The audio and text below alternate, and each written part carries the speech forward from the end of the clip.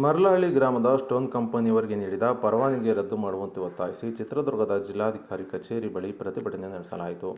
ಕರ್ನಾಟಕ ರಾಜ್ಯ ರೈತ ಸಂಘ ಮತ್ತು ಹಸಿರು ಸೇನೆ, ಸಮಾಜ ಪರಿವರ್ತನಾ ವೇದಿಕೆ, ಕರ್ನಾಟಕ ಪ್ರಾಂತೀಯ ರೈತ ಸಂಘ ಹಾಗೂ ಮಾದಿಗ ದಂಡೋರ ಮತ್ತು ಪ್ರಗತಿಪರ ಸಂಘಟನೆಗಳ ನೇತೃತ್ವದಲ್ಲಿ ಗುರುವಾರ ಮಧ್ಯಾಹ್ನ 12:30ಕ್ಕೆ ಪ್ರತಿಭಟನೆ ನಡೆಸಿದ್ದಾರೆ. ಇನ್ನು ಚಿತ್ರದುರ್ಗ ಜಿಲ್ಲೆಯ ಮೊಳಕಾಲ್ಮೂರು ತಾಲೂಕಿನ ಮರಳಹಳ್ಳಿ ಗ್ರಾಮದ ಸರ್ವೆ ನಂಬರ್ 67ರಲ್ಲಿ ಶಿವಶಕ್ತಿ ಬಿಲ್ಡಿಂಗ್ ಸ್ಟೋನ್ ಕಂಪನಿಯವರಿಗೆ ಪರವಾನಗಿ ನೀಡಿದ್ದು, ಜನರಿಗೆ, ರೈತರಿಗೆ, ಕೂಲಿ ಕಾರ್ಮಿಕರಿಗೆ ದನ, ಕುರಿ, ಮೇಕೆಗಳು ಸೇರಿದಂತೆ ಕುಡಿಯುವ ನೀರು, ಮೇವು, ಬೋರ್ವೆಲ್, ಅಂತರ್ಜಲ ಕುಸಿತವಾಗುವ ಭೀತಿ ಎದುರಾಗಿದೆ.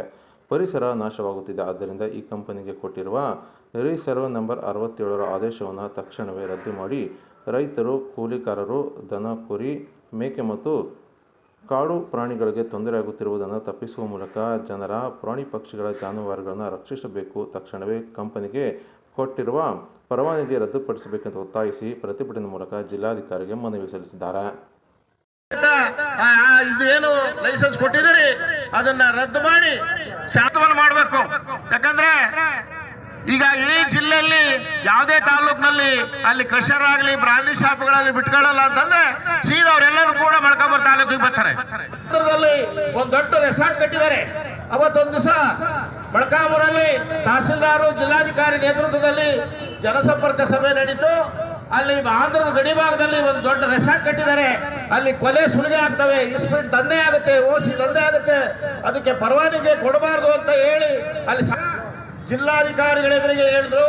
ಮಾನ್ಯ ಶಾಸಕರು ಗೋಪಾಲ್ ಕೃಷ್ಣ ಅವರು, ಅದು ನನ್ನ ಕಡೆ ಬಿಡ್ರಿ, ನಾನು ಯಾವುದೇ ಕಾರಣಕ್ಕೂ ಅದಕ್ಕೆ ಲೈಸೆನ್ಸು ಅವರೇ ಮುಂದೆ ನಿಂತ್ಕೊಂಡು ಕೊಡಿಸಿದ್ದಾರೆ ಅಂತೇಳಿ ನಮಗೆ ಮಾಹಿತಿ ಐತೆ. ಇದಾಗಬಾರ್ದು.